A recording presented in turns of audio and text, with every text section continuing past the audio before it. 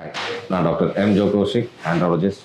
இங்கே கேரளின் John hospital நாகர்கோயிலில் practice பண்ணிட்டுருக்கேன். So இன்றைக்கி நம்ம ஒரு இன்ட்ரெஸ்டிங் கேஸ் இருக்குது. ஸோ இவங்க ஒரு 53 இயர்ஸ் ஓல்ட் மேல். இவங்களோட மெயின் கம்ப்ளைண்ட்ஸ், இவங்களுக்கு லாஸ்ட் 2 இயர்ஸாக எந்த ஒரு எரெக்டைல் ஃபங்க்ஷனுமே இல்லை, in spite of taking tablets.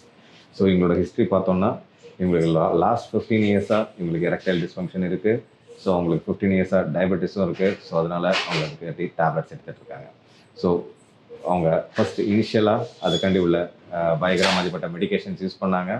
So இப்போ அவங்களுக்கு லாஸ்ட் 2 இயர்ஸாக எந்த டேப்லெட்ஸ், அதாவது டடலாஃபிலோட மேக்ஸிமம் டோசேஜ், சில்டனாஃபிலோட மேக்ஸிமம் டோசேஜ் எதுவுமே அவங்களுக்கு ஒர்க் பண்ண மாட்டேங்குது. ஸோ அவங்களுக்கு நம்ம எவாலுவேட் பண்ணோம். எவாலுவேட் பண்ணதில் அவங்களுக்கு ஆர்ட்ரியில், பினைல் ஆர்ட்ரியில் ஒரு சிவியர் ஆர்ட்ரியல் ஸ்டிஃப்னஸும் இருக்குது. அந்த டயபெட்டிஸ்னால அவங்க எண்டோத்தீலியமும் நல்லா டேமேஜ் ஆகிருக்குது.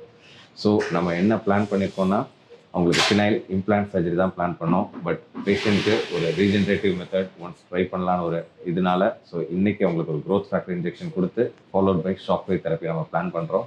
இதில் என்ன ரிசல்ட் நம்ம எக்ஸ்பெக்ட் பண்ணலான்னா, அவங்களோட இனி அவங்களுக்கு டேப்லெட்ஸ் எஃபெக்டிவாக இருக்கும். அட்லீஸ்ட் டேப்லெட்ஸ் யூஸ் பண்ணியாவது அவங்களால ஒரு ப்ராப்பரான செக்ஷுவல் ஆக்டிவிட்டி பண்ண முடிகிற ஸ்டேஜுக்கு நம்ம இதனால் கொண்டு வரலாம்.